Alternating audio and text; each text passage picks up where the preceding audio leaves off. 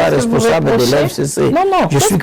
Je suis qu'un seul membre sénateur. N'est-ce pas que vous étiez, à l'époque, vous étiez le président de la jeunesse? Pas j'étais, je suis toujours jusque-là. Pas j'étais. Vous êtes le président de la jeunesse, exactement. Donc, vous êtes... Je suis dans le FCC, donc je suis toujours président et les amis de Joseph Kabila. Pas que j'étais. Justement, c'est ça, je pose la question. Qu'est-ce que vous avez reproché dans le régime Nabila? Mais moi, je ne travaille pas avec lui.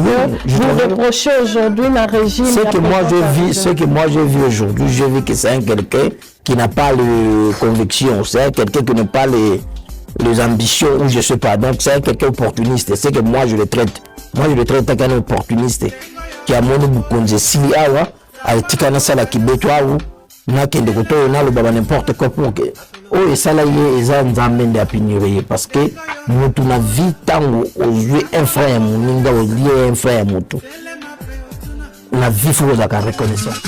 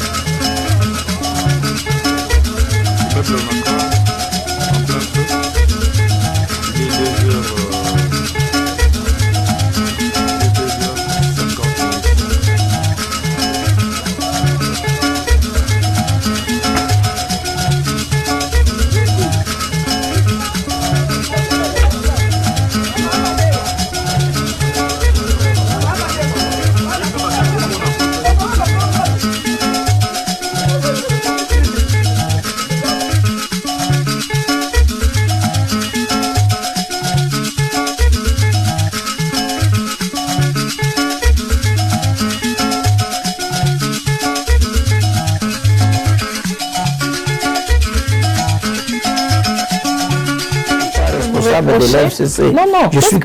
Je suis qu'un seul membre sénateur. N'est-ce pas que vous étiez, à l'époque, vous étiez le président de la jeunesse? Pas j'étais, je suis toujours jusque-là. Pas j'étais. Vous êtes le président de la jeunesse, exactement. Donc, vous êtes... Je suis dans le FCC, donc je suis toujours président et les amis de Joseph Kabila. Pas alors, que j'étais. Justement, c'est ça, je pose la question. Qu'est-ce que vous avez reproché dans le régime Nabila? Mais moi, je ne travaille pas avec lui.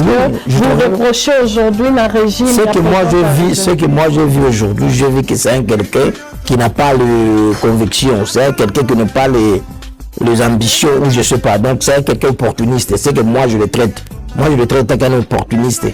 Qui a mon bouconze sili awa, a etikana sala kibetwa ou, na kende koto na lo baba n'importe quoi pour que.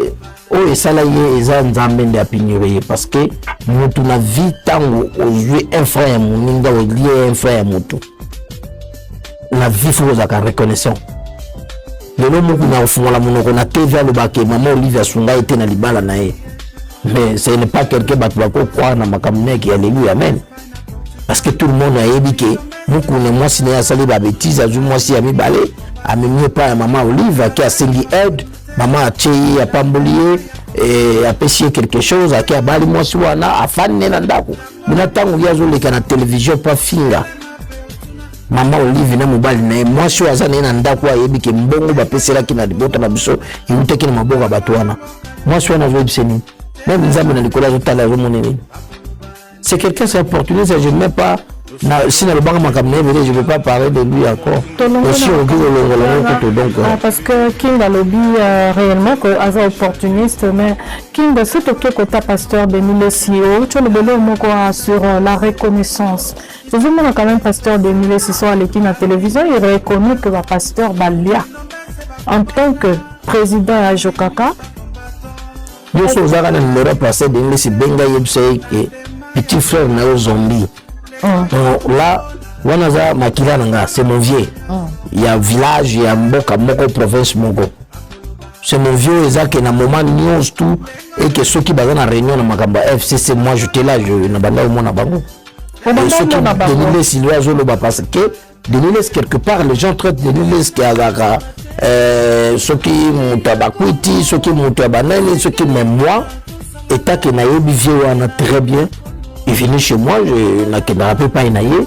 Donc, akoki kozala na ye na balengi ya kimokili. Etake aza muto akoli kinois. Mais, quelque part, vraiment, azara... La Koulunga, on a koyinda fort. Ba travailler, ba se revendiquer, ba tourner na bango kuna donc ba tombi avion au bois que la ba coco ba produit chimique wana. Donc la minute on a compagnie cyclée vrai koyinda donc baby magasin. Nous avons la possibilité parce qu'il y a la possibilité.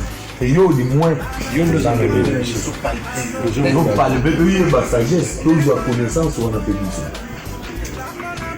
Yango na bandé la vie moto na montagne ba d'abord ba origine. Moi na mon Congo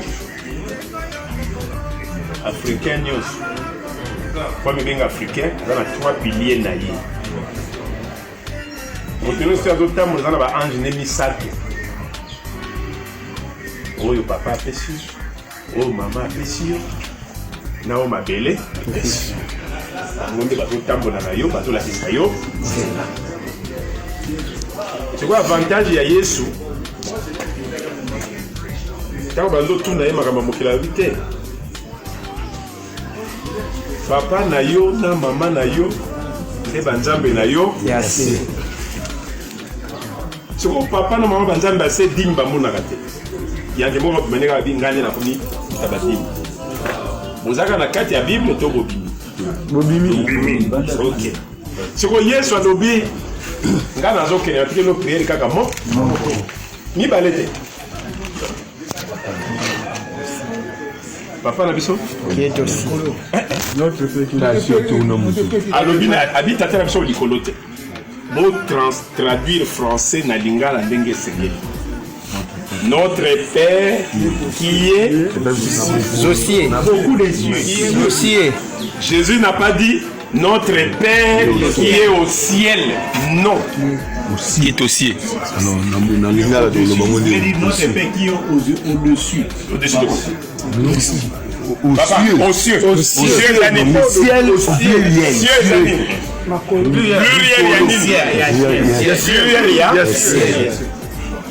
Donc, non, lingala. Tata abiso ozali olikolo.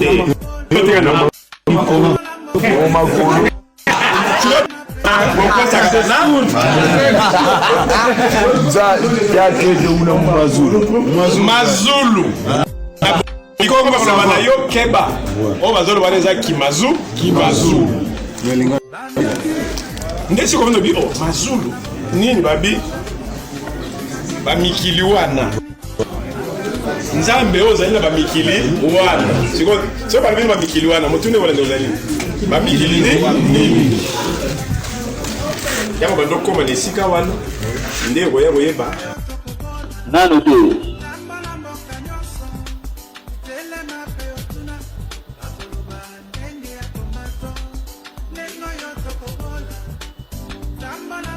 Na mboka oyo ozalaki tomoni masheti na yo na kolanda malamu eza na makila ozokaki pota komana nanga oyo azalaki na munduki te azokaki pota masasi ezwaki ye mema na banda komema ye yango nde ezwaki ebebisaki lisheti wana donc makila oyo ezali na masheti oyo ezali makila ya bapolisier na bamilitaire na bateke te bezali ya komanda na yo boye on affrontement wana ata lisoda moko akufaki te kaka biso na biso nde bamobono tokufaki ebele makila wana ezalaki ya nzoto ya komanda ndenge namemaki nazalaki na lisheti wana na mundu ndenge makila ezalaki na lisheti wana bakozala nombre ya combien oyo bakufaki sur 75 éléments sur 75 éléments tozalaki so kobika peut-être tokozala ba 8 de 9 le reste nyonso baza ya mabele mais bino balobi na bino bokufaka te boni bokufi eloko ezokisinga motema sima obangisinga nde yango wana mbala liboso nakenda affrontement ata namoni liwa wana na biso na continue na koluka na kufa te nabimaka na mabuka bakonzi mpona babondo batikali bazali kocontinue olobi nini mpona bango nayesaki bango bana nakenge nalekaki na radio na émission nayebisaki bango oyo nyonso abatami na zamba bakonzi bazala bosenga na biso to bima na mboka kitisa bima na machete na yo bima na manduki na yo mamba mobondo wana eza lisusu na tante leta azwi makambo nyonso oseri so batami na zamba eza so bakangi eza mpo na liwa na yo mais soki olingi obika bima yo moko na malembe ndenge bakonzi bazobelela biso nyonso boya toluka mosala ye tokoki kosala pour ke tozala nango na avenir.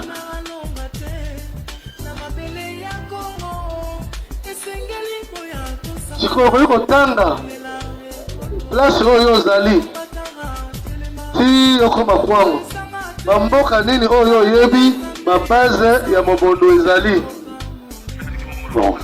apart telemone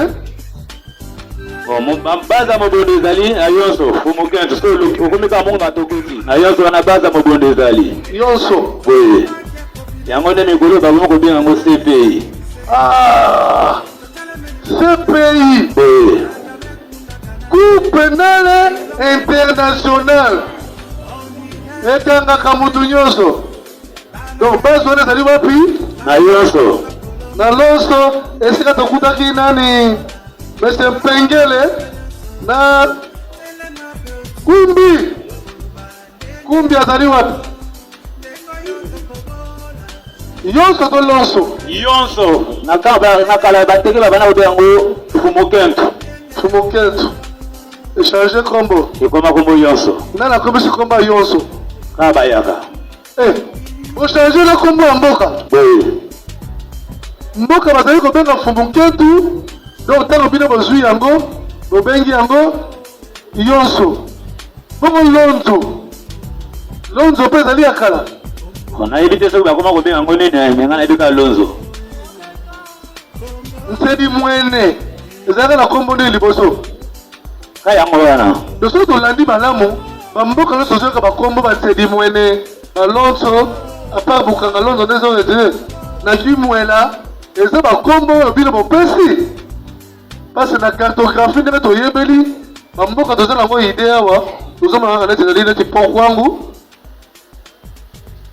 lonzo wana ezali neti bukanga lonzo me bakimwela bansedimen bacongo mpe eza biso toyoka bandakala donc bamboka oyo nyonso kuna bakombo tozoyoka na bosi bochange yango boye te boye nani apesi autorisation ya kochange bakombo ya mboka wana ministre intérieur to banani gouvernement to na parlement ezaka bajeune na bamboka nde baye nango po basake kama azwi biloko ya bato bango oyo imisa yango oyo mais tozwi quand même batémoignage ebele moto akopesa biso témoignage ya bien moto azotinda bino moto azofinanse bino quand même puisque bakonzi bomona biso ndenge eza boye toyebaka mobondo te toyebomona mobondo ntango kiambo alobi nakata bino mobondo akati biso mobondo alobi bokunda na bateke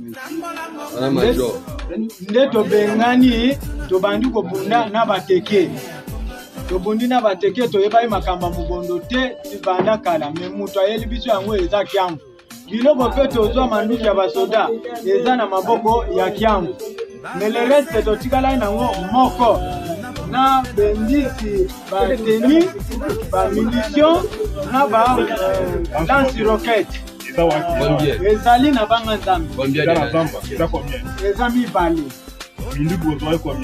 etikalaki epa na biso moko bazwaki ebele moya kokonte eza te bazwaki nde ebele moya kokonte yango eza te biso tokokufa pamba te bafutaka bino depuis obandi misolo balobaki bapesa bino nini mutu moko baloba balobi après bitimo bapesa bino nini eloko te ezowela kama témoignage eza ebele mais vraiment ata eza te mais quand même omoni bino moko lisalo bafambe te basali vraiment tosociété capitaine jaker vraiment na baelema na ye vraiment mosali eleki mpo na ngai mpe nasepeli na komanda jage makambo asali parce que tolobaki kino ezala mais minduki eza toujours epa na biso na maboko ozala minduki ti lelo oyo minduki mosusu eza bakalibre bakalibre eza na nzambo kuna bakalibre mibale kozala na bato yango wana tolinga ngai na makolo awa bakongolanga biso tozwa biloko wana nyonso eyawe tokokenda patete mutu akokete kuna azate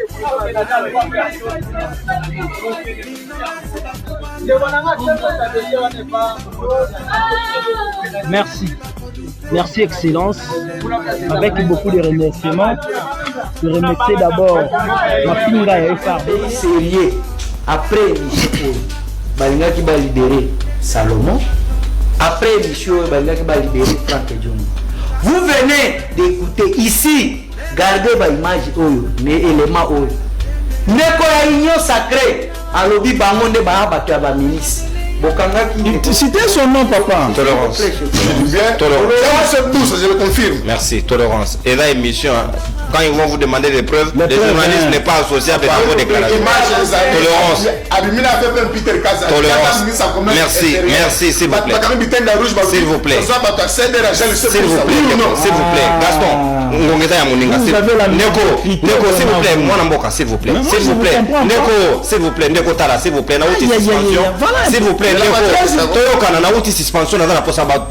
S'il vous plaît, pardon, vous ne m'avez pas appelé pendant que j'étais sous suspension. S'il vous plaît, Gabriel, na reçoit carton,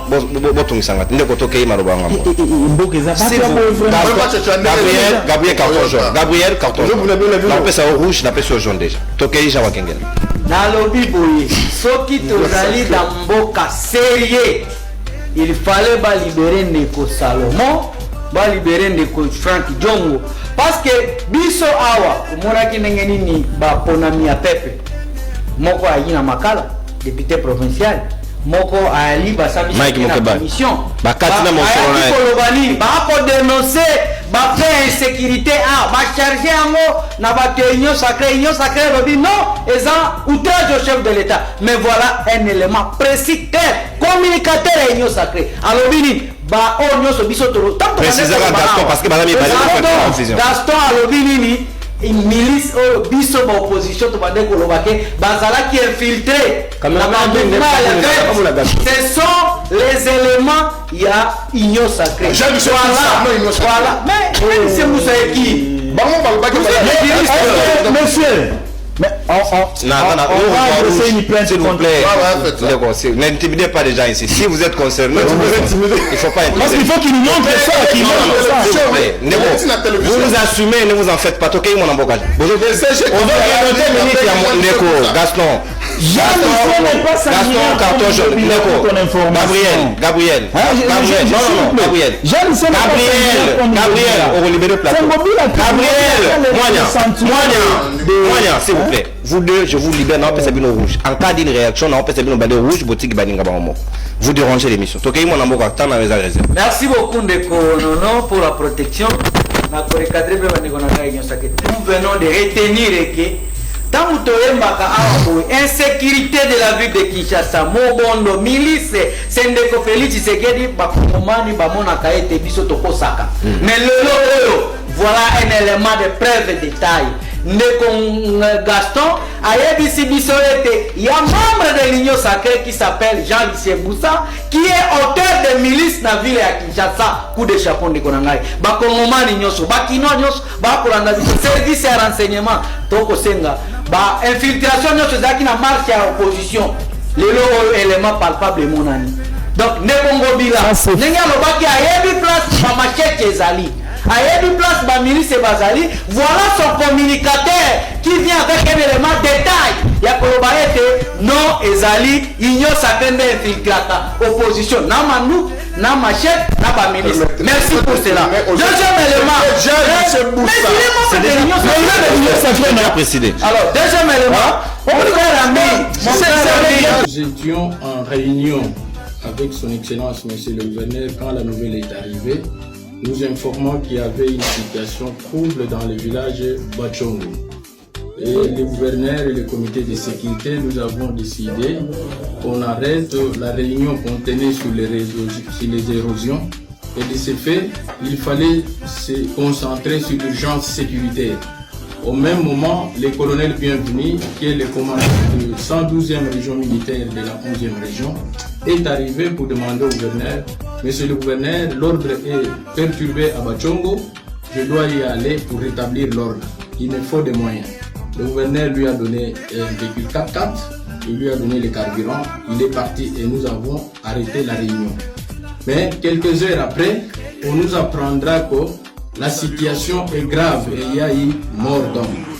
Le gouverneur convoquera dans la soirée encore une réunion de sécurité sur la situation. De nos sources, ce qui nous a été dit, l'économie en voici. Les Mumbondo sont les fugitifs de la situation de Kwamutu, qui se trouve dans la province de Maïndombe, dans la province de Kwilu, précisément dans le territoire de Bagata, et dans la province de Kwango, précisément à Mongata, à Kabuba. Ils se sont reconstitués, pour moi je les qualifierais de voleurs qui font des razzias dans différents villages de la province du Kwango. Mais ce qui a fait déborder le vase, c'est le chef notable Bachongo, qui s'appelle Mayala. Les Mumbondo cherchaient à arrêter Mayala, qui est parti de Mongata pour le Kwango. Ils l'ont poursuivi jusqu'au pont Kwango. Ne l'ayant pas trouvé, ils sont allés jusqu'au village Kinzwanga. Mais le commandant Matali, qui gère notre police au niveau du Kwango, voulait faire une barrière. Les Mumbondo lui diront non, nous ne sommes pas venus combattre avec vous, nous cherchons Mayala. Laissez-nous passer, si vous nous attaquez, vous ne saurez pas, puisque nous sommes invulnérables. Pour la petite histoire, d'abord, Mumbondo, c'est un fétiche. Ces fétiches-là qu'ils utilisent, c'est ça qui les rend vulnérables face à nos militaires qui ont des armes à feu. Alors, en ce moment-là, ils avaient même réquisitionné un véhicule que les amenés au Pont Kwango, mais connaissant une panne sèche, il est rentré vers Bachongo où se trouvent des états-majors. Et le colonel Bienvenu, qui conduisait nos troupes pour aller rétablir l'ordre à Bachongo, il arrive à Bachongo. Il a même vu les Mumbondo, il les a dépassés au niveau de Kabuga, comme ils étaient à pied. Quand il est arrivé à Bachongo, il a ordonné les tirs de sommation. Ils ont arrêté 3 Mumbondo, leur président, leur vice-président et la 3e personnalité. Ils les ont même mis dans les véhicules qui a mené nos troupes pour rétablir l'ordre. Mais curieusement, c'est en ce moment-là qu'on verra une multitude de Mumbondo sortant des fermes de la brousse avec des machettes de calibre 12. Ils avaient même des armes de guerre, AK. Et en ce moment-là, c'était la panique totale. Le colonel Bienvenu était pris à partie. Ce qu'il faut noter dans cette intervention, que nos militaires étaient à court d'armes. Quand ils ont fait la sommation, ils étaient déjà à court d'armes et le colonel était pris à partie. On l'a abattu par des coups de machette. Il y avait aussi notre capitaine qui a été abattu. Et les éléments de la régie financière étaient menacés, mais le chauffeur qui a amené le colonel, c'est un bon chauffeur. Il a fui avec les 3 assaillants Mumbondo vers Mongata. Il a fait demi-tour et ils sont partis. C'était donc une catastrophe. Et pour l'opinion qui m'écoute, il y a eu 11 morts. Il y a 7 morts militaires, 2 policiers et 2 civils. Et en ce moment-là, quand nous avons reçu ces informations, le gouverneur a convoqué encore une réunion dans la soirée qui a réuni les conseils provinciaux de sécurité. Et au terme de ces conseils, nous avons retenu des mesures comme quoi, comme les Mongolos utilisent des villageois qui les recrutent en appliquant leurs fétiches pour les rendre invulnérables, nous nous sommes dit, même les Koulounes aussi peuvent être récupérés. Et comme les Koulounes sont récupérés par les Mumbondo, il fallait en principe ouvrir l'œil et réduire le mouvement de la population à travers la province du Kwango, dans son espace qui va de Mongata jusqu'à Misele, tout en tenant compte des grandes agglomérations, notamment Bachongo, qui est le théâtre de massacre, Pont Kwango, Bukangalonzo, Kengeville, 316 jusque vers Misele. Et là, nos éléments de la police sont à pied d'œuvre. Mais la mesure prise, c'est de décréter un couvre-feu qui va aller de 20h jusqu'à 6h du matin pour réduire le mouvement de la population, pour empêcher que le Mumbondo, qui infiltre déjà les Kwango, de ne pas recruter les Kuluna, de ne pas les manipuler pour grossir leurs rangs. Mais jusqu'ici, le gouverneur de la province a fait un message à la hiérarchie. Il y a un renfort de 14e région militaire qui est arrivé à Bachongo.